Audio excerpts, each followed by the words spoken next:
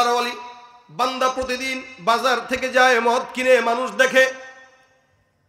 এই আল্লাহর বান্দারা একদিন ডাক দিয়ে একজন বলে, এই তুমি প্রতিদিন মদ কিনো, কোথায় যাও?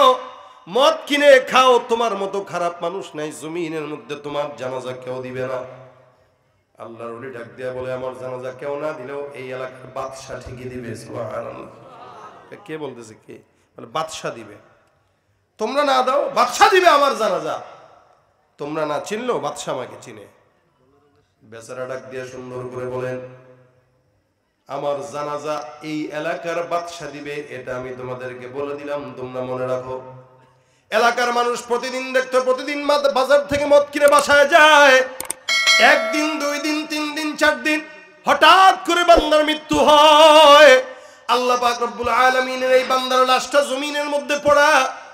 এলাকার মধ্যে বাদশা নামদার হঠাৎ করে সংবাদ পেয়ে গেল, বান্দাটার লাশটা যখন জমিনের মধ্যে পড়া, কেউ লাশটা ধরে না, সবাই যার যার মতো লাশটা এখানে ফেলে রাখছে।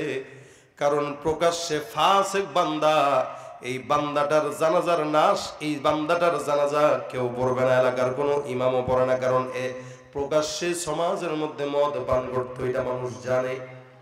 বান্দাকে মদ কিনতে দেখতো, এতটুকুই জানে, এর বাইরে কিচ্ছু জানে না। আল্লাহর বান্দার লাশ জমিনের মধ্যে পড়া। হঠাৎ করে বাদশা নামদার হয়তো রাত্রিবেলা, গভীর রাত্রিবেলা স্বপ্ন দেখলো, এলাকার মধ্যে একজন আল্লাহওয়ালা মারা গেছে, যার লাশটা এই জায়গায় পড়া, যাও তুমি জানাজা দিয়া দাও। বাদশা নামদার সুন্দর করে আল্লাহওয়ালার লাশটা বাড়ির থেকে এসে 2-4 জন নিয়ে জানাজার নামাজ পড়ে লাশটা দাফন দিয়া দেয়। স্বামী এমন কোন আমল করছে যে আমলের কারণে আপনার স্বামী নিজে জবান খুলে বলে গেছিল যে তার জানাজার নামাজ মনে হয় বাদশা পড়াবে, কিন্তু সেটাই হলো। আপনার কাছে আমি জানতে চাই, আপনার স্বামীর মতো গুনাহগার বান্দা আমরা এই সমাজে দেখি নাই, যে মসজিদে 5 ওয়াক্ত নামাজও পড়ে, আবার গভীর রাতে মদের আসরেও যাইতো। বিবি ডাক দিয়া বলতেছেন, আপনারা ভুল দেখছেন, ধারণার জন্য বলতেছেন। বলে কেন? বলে আমার স্বামী এমন একজন বুজুর্গ, প্রতিদিন 5 ওয়াক্ত নামাজ বা জামাত আদায় করত, গভীর রাত।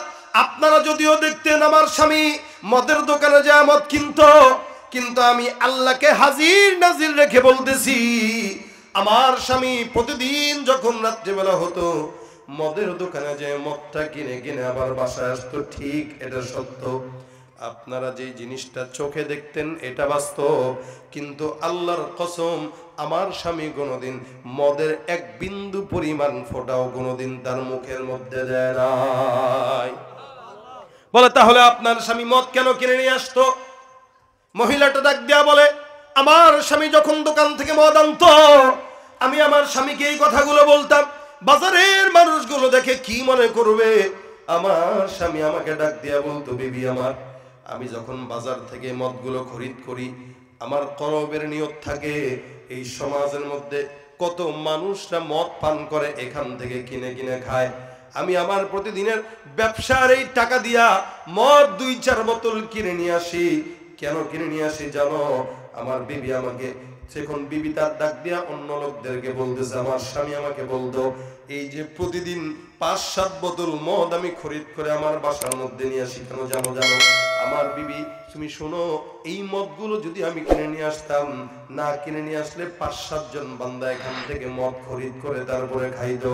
আমি এদের মদ থেকে বাঁচানোর জন্য প্রতিদিন দোকান থেকে মদ কিনে নিয়ে এসে আমার স্বামী ঘরের মধ্যে এসে মদগুলো ঢেলে ঢেলে ফেলে দিত।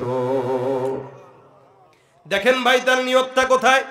বাজার থেকে মদ খরিদ করে নিয়ে আসতো, আর বাসার মধ্যে এসে তার ডাস্টবিনের মধ্যে মদগুলো ফেলে দিয়ে বোতলগুলো ভেঙে ফেলতো। নিয়ত ছিল আসমানের মালিক, আমি আমার নিয়তটাকে সহি রাখতাম, এলাকার মধ্যে 5 জন মানুষ যেন 5টা বোতল থেকে বেঁচে যাইত। আমার বিবি সবসময়, আমি আমার স্বামীকে বলতাম যে এই মদগুলো আপনি না কিনলেও আগামীকাল আবার মদ আসবে, আবার মানুষ কিনবে।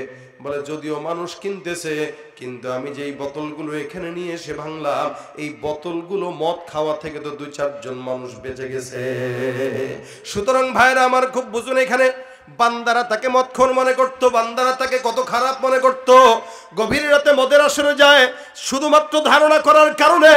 আল্লাহ পাক রব্বুল আলামিন বলে অধিকাংশ ধারণা বান্দা ভুল করে, যার কারণে বান্দা তোমরা ধারণা থেকে বাঁচো।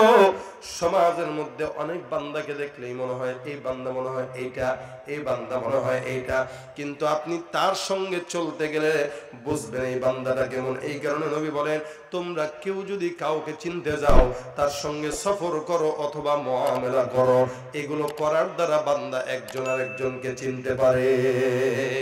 কিছুই করলেন না, জানেনও না, কিন্তু আপনি অন্যায় অপবাদ একটা দিয়ে দিলেন, যারে ওরে তো চিনি, কি করছে জানেন, এই করছে। অথচ আপনি শুনছেন কার কাছে? ভাই কার কাছে শুনছেন? আরে আমার এলাকায় মানুষ আছে মিয়া, এর কাছের লোক, সে বলছে। সে কি দেখছে? বলে না, সে আবার আরেকজনের কাছে শুনছে। আর কথা যখন কানে কানে পৌঁছায় তখন ওইটা অ্যাকুরেট থাকে না, এটা তিলের থেকে তাল হয়। ঠিক কিনা জোরে বলেন? এই কারণে আল্লাহ পাক বলেন ধারণা থেকে বাঁচো। অধিকাংশ ধারণা সওয়াব না গুনাহ? জোরে বলেন, সওয়াব না গুনাহ?